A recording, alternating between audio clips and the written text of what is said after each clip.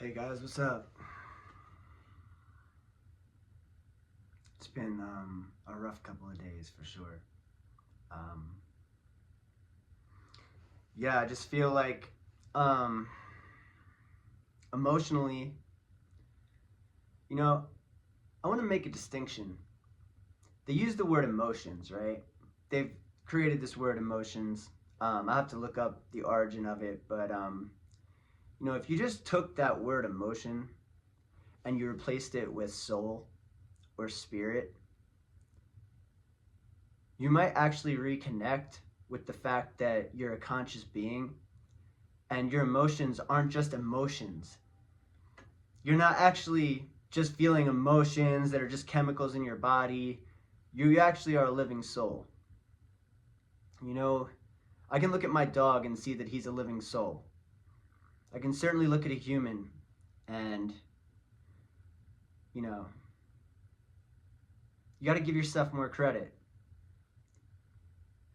We got to stop killing ourselves as men.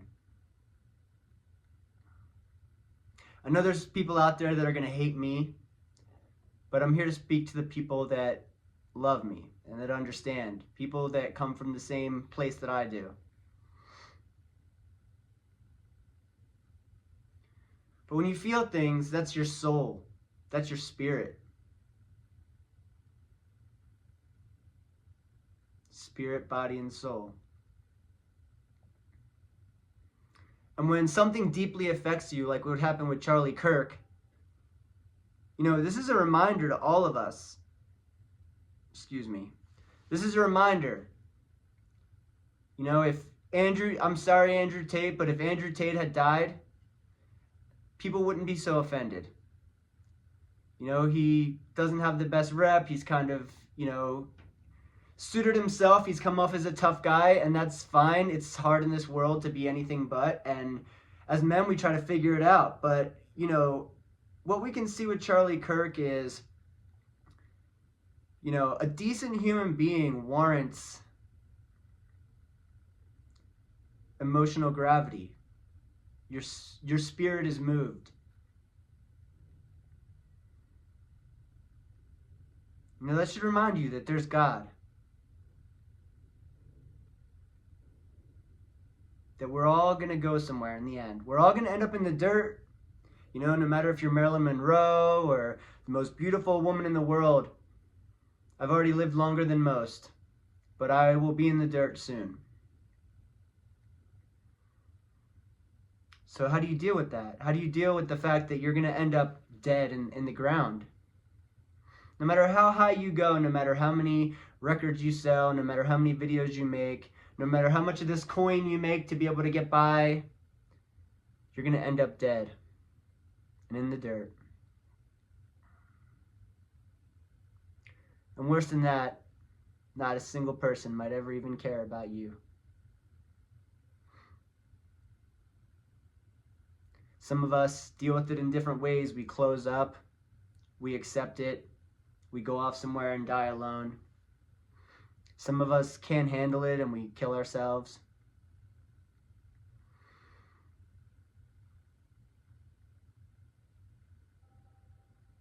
And then some of us turn to a little old thing called God. And if you learn about the God of this world and the story from the Jews, I'm very well read in all this stuff and I love theology. So, the Jewish religion was the first monotheistic religion, even though there are many other gods within the pantheon and the Elohim. And then there was the pagans, the principles, they worship gods of the principles, the fallen angels, the principles after Babylon was broken up and God allowed the principles to rule the world. They created pagan religions. And then Jesus Christ came. And Jesus Christ is the best hope that we have. I know it seems like a far out there thing to believe in. I know it seems a little fantasy landy like Santa Claus, but it's, if you go and you do enough work, I promise you, You will see. I'm gonna, excuse me while I turn on a light here. I should have had this on a while ago. Do one more.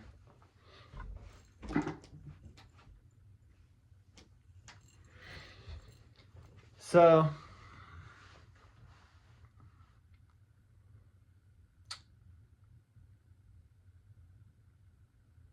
you know, what I'm trying to get at is it's a pretty good option. It's one of the best options on this life and in this planet to choose Jesus Christ.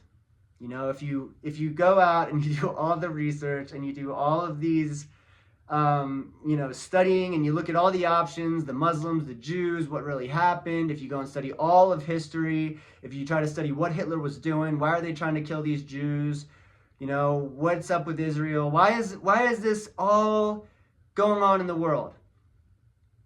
And you study it back and you find all the pieces that match up, you will find Jesus Christ. It's inevitable.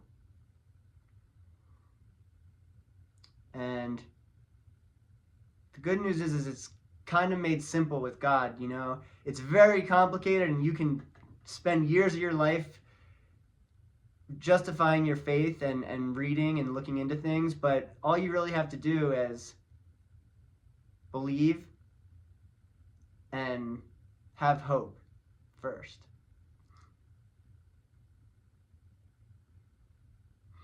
You gotta have hope. Hope will lead to faith. Your faith will get stronger as you read, as you ask questions, as you find answers to those questions. And you can start to age with some comfort in your life that God has a plan for you. You know, you might not have your 401k figured out, you might not have everything figured out, but God has a plan for you. And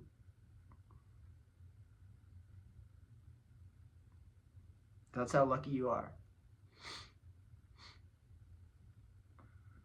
That's how lucky you actually are.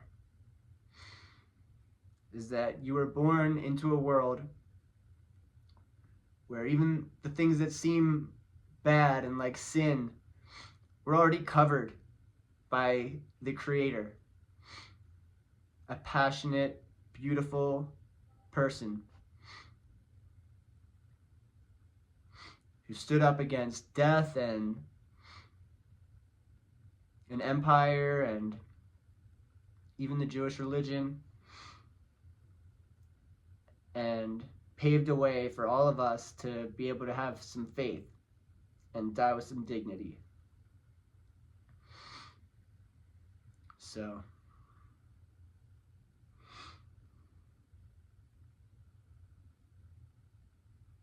I know it seems hard to grasp sometimes, and you know, you don't want to come off like a holy roller or you're preaching to people. It's the last thing that you want to do, or, you know, come off as or be labeled as, you know. You don't want to be labeled as some kind of do-gooder or some kind of vanilla, like, you know, it's not attractive nowadays, you know.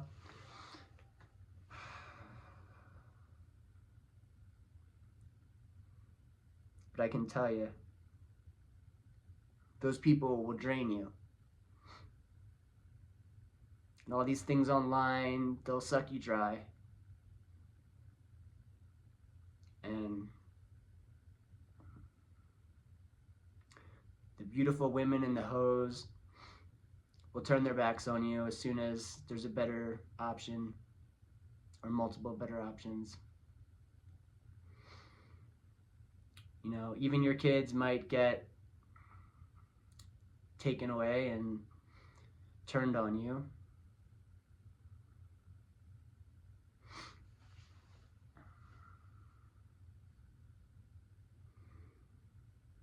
There's a lot of things in life that, as a man, you think that you have the power to change, but you have to learn to gracefully accept many things that you cannot change, regardless of what you think you should be able to change. I don't know if I said that right, but so I think when we see someone like Charlie get shot and the kind of language that's used when talking about the way he was killed, I think more than the bullet, more than the shooter himself, it's almost like I don't think most of us even care who the shooter is. Like, we really don't at this point, because it's like, you guys all showed yourself. That was what really hurt. It's like, we're all human beings, and most of us are lucky if we can find faith. Most of us are lucky to have made it through a drug addiction, or becoming parents and having disappointments in life, or serving the country, the firefighters, the doctors. A lot of us out there, we try our best every day, not our worst. And you see some of the people that make the comments, and it's just like, it's really just the bottom of the barrel. But it was pervasive enough where it felt like a lot of people. It felt like a lot of people were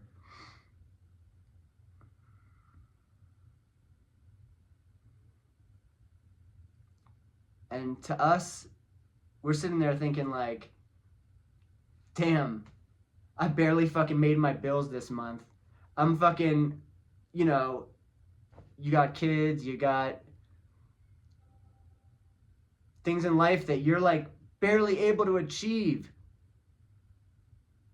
And here's a guy that, did that and more, was a great person, and they're literally talking about him like he's some piece of trash on the street that stabs women on the subway. I think that's where, if I'm right, maybe I'm wrong, but I feel like that's why there's all of this cumulative kind of outrage or like overwhelming support, because he kind of like, he kind of represents what we're all trying to do. So if the best that we could do is to stick with our wives, to have kids, to struggle through that, I mean, is anybody saying that any of that is easy? Or any of us don't want to run away and, live the life of, rappers or rock stars or whatever? But these people, they just think that they're so entitled to talk all the time.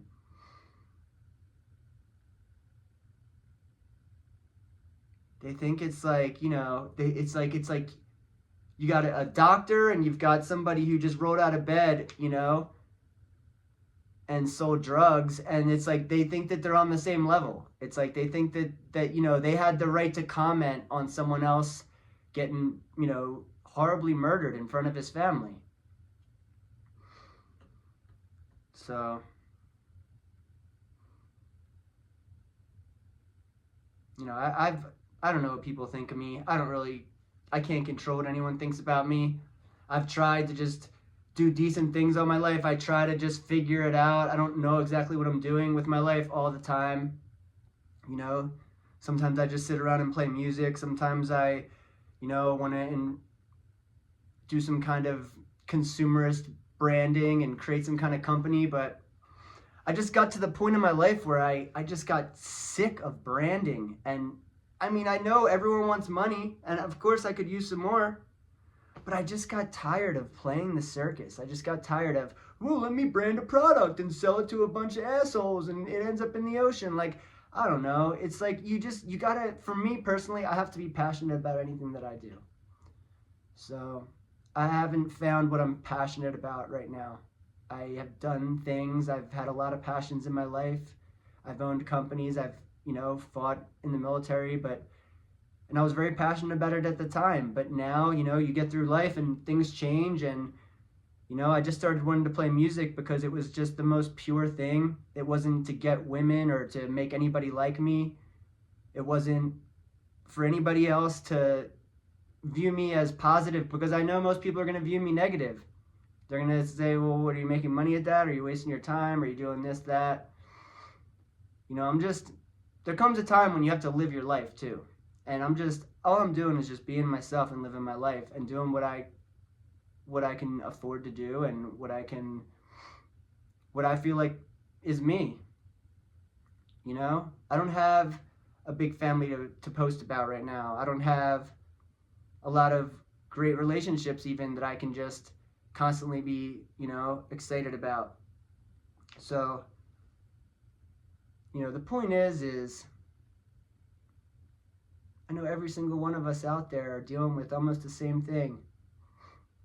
And there's a lot of silent majority who just, we never speak up. People at the loud mouths are going, and we just, we kind of just, we just let a lot of shit roll, But to see someone that was one of, a good man as far as today's standards go, I mean, you look around and, who else was dressing nicely and standing up straight and talking without an accent? I mean, what do you expect? And just the shame and the embarrassment of what people said. That's why I feel like it's not even like the shooter. It's not like we're all going to be like, oh, it's this guy or that, or it's just some trans shooter. It's like, nah, it's you guys. You guys out here, you made it real clear. And I don't think there's any hope for you or any changing you, and I don't need that on my soul. I don't need people around me like that. And it just makes me really want to wake up from all the bullshit that I constantly tell myself in life to get by. And the whole system makes you feel afraid to say things in public. Just normal shit that everybody knows, everybody talks about. They all hate us. They're all using the N-word every other sentence just to be a part of the nigga club that you're not a part of. It's just constant division, constant bullshit, constant shade. Nobody's ever good enough. They never get enough. They're entitled to everything. Babies just keep pouring out. You see them robbing the stores.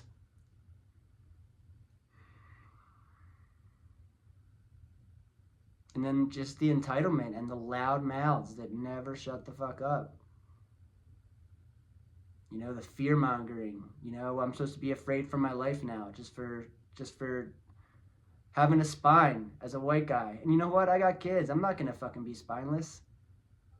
You might as well fucking kill me and hang me on a cross before you think I'm gonna fucking be some kind of wet paper bag bitch.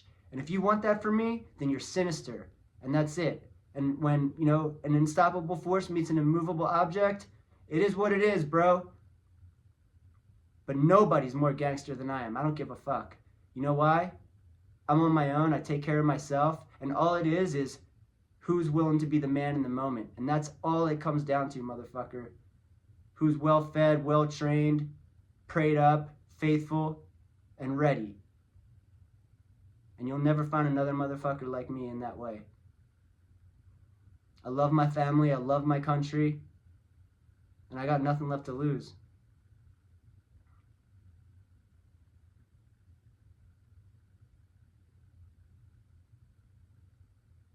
And I shouldn't have to feel like it's on that level just for me to have to clear the way to speak my mind.